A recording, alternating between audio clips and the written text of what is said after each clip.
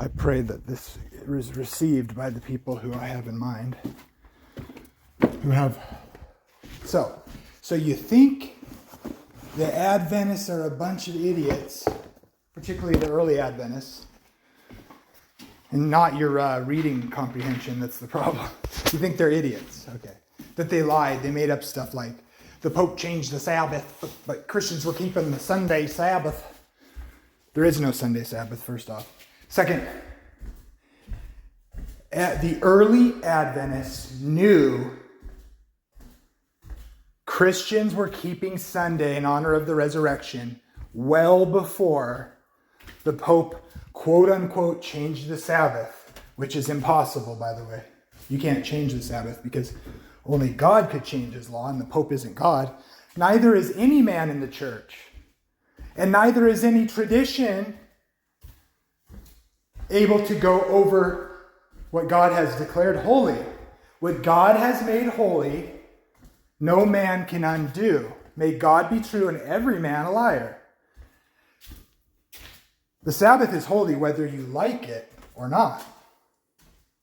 The Sabbath was made for mankind at the beginning, whether you acknowledge it or not. The Sabbath is the seventh day, even if the Pope and all the kings and all the mighty men declare it some other day. Sabbath stands. So, this is actually an opportunity, in my opinion, because I accept my heritage as a Seventh-day Adventist with full vigor.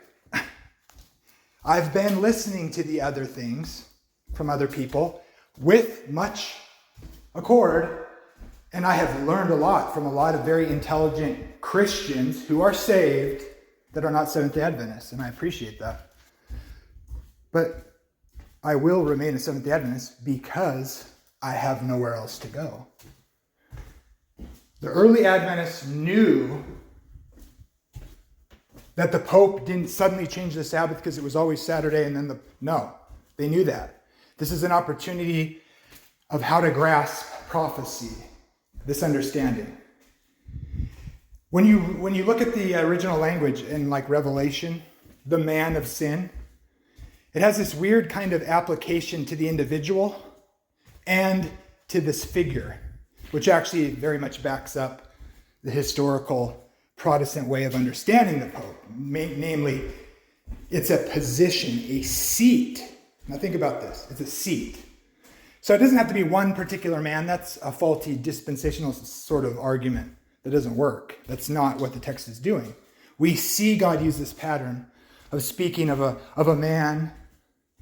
Maybe it's the king of Tyre. Oh, no. It's the spirit that was in the garden of God. And he makes no necessity of stopping and going, okay, guys, I'm doing a typology here. I'm going to tell you about this man who is a outcome of the archetype, which is Satan, the ultimate one. Oh, no. The Antichrist has to be a man and he has to be possessed by a demon like in the movies. No. You can be the man of sin, and you are the man of sin if you are in the man of sin, putting his authority in your life where God's authority belongs. Satan says, I will rise above the open space or whatever on the sides of the north. I will ascend to the heights of where God's properly worshipped. Me. I will ascend to the throne, above the throne, the stars of God.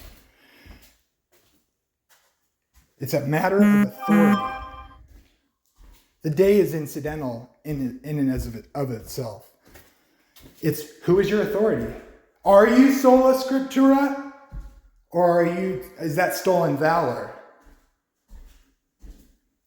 Well, it's kind of muddy and they were key. It doesn't really matter. Okay, seventh day is holy.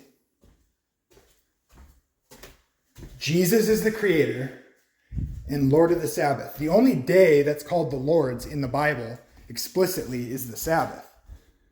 I don't care what the early church fathers said. That's why Satan is tricky. You can't establish in the Word of God that the Sabbath was changed. Now you have two options. Go the way of evangelicalism, because they've been honest enough to recognize that, no, Saturday is the Sabbath.